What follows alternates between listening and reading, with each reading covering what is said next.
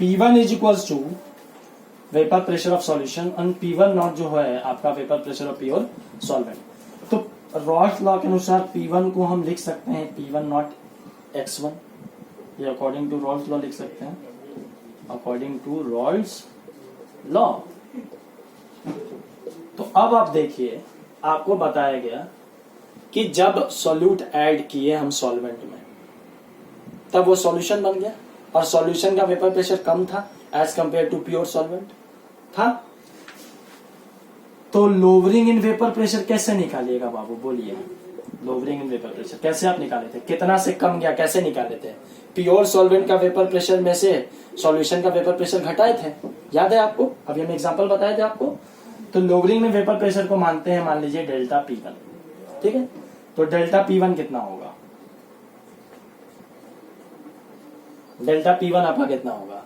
Vapour pressure of pure solvent यानी P1 not minus P1 होगा बाबू, ये तो सॉल्यूशन का है ना वेपर प्रेशर, ये P1 सॉल्यूशन का वेपर प्रेशर है, P1 नॉट सॉल्वेंट में से ना सॉल्यूशन घटाएंगे क्योंकि सॉल्वेंट का ज्यादा है, सॉल्यूशन बनने के बाद तो वेपर प्रेशर कम जाता था, है कि नहीं?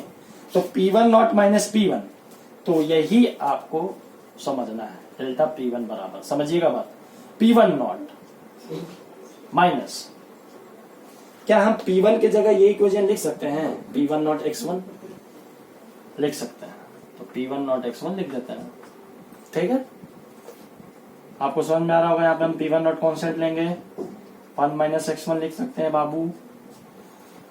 और according to the mole fraction theory, sum of the mole fraction of two components is always equal to 1। तो x1 plus x2 is equal to 1, then 1 minus x1 को हम x2 लिख सकते हैं, जरूर लिख सकते हैं। P1 नॉट इंटू x2, ये क्या हो गया आपका? Delta P1। डेल्टा P1 क्या है? Lowering in vapour pressure. बात समझ में आ रहा है? इस P1 नॉट को नीचे कर दीजिए, delta P1 by P1 naught is equal to x2। देखिए आ गया ना आपको, यही ना बात था, समझिएगा। आपको relative lowering of vapour pressure का मतलब हम समझाए थे। लोवरिंग बाय जितना पहले था, तो लोवरिंग डेल्टा P1, अब पहले कितना था? P1 not. आप इसको तोड़ के लिखिए, हम फिर से इसको तोड़ रहे हैं।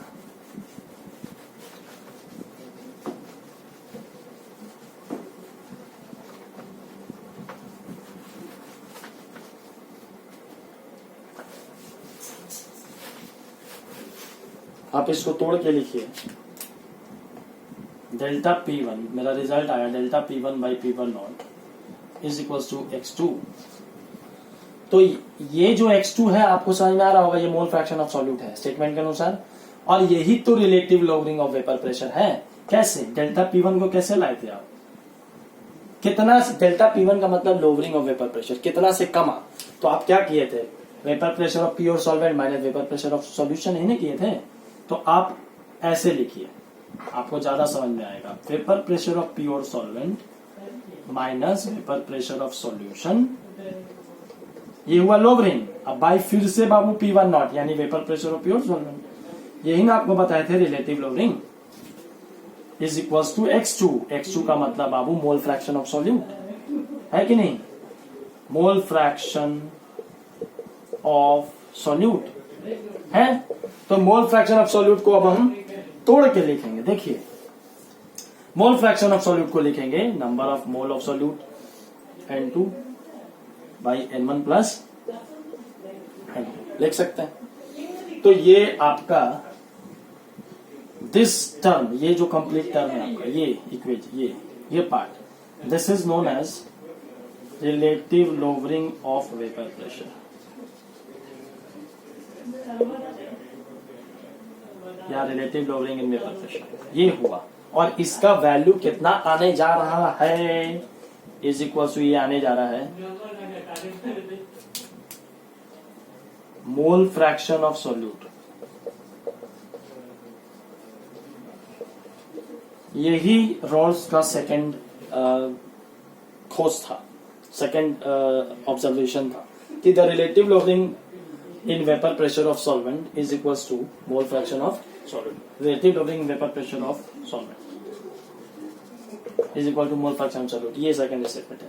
इसको आप मॉडिफाई कर सकते हैं किस सेंस में, अगर मान लीजिए कि number of mole of solvent N1 बहुत ज्यादा N2 से बड़ा है, ठीक है, जब केस ये आ जाए when N1 is very very greater than N2, when N1 जो है बहुत ज्यादा बड़ा हो जाएगा N2 से, तो इस समय हम ये जो टर्म को हम फिर से लिखेंगे P naught solvent minus P solution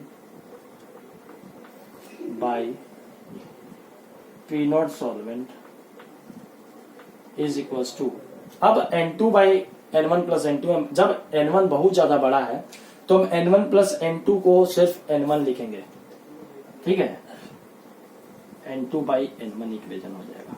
बात समझ में आ रहा है? तो ये आपको फाइनल इक्वेशन हो गया, ठीक है। तो relative lowering in vapour pressure of solvent is equal to mole fraction of solute, ये आपका second observation of Raoult's law था।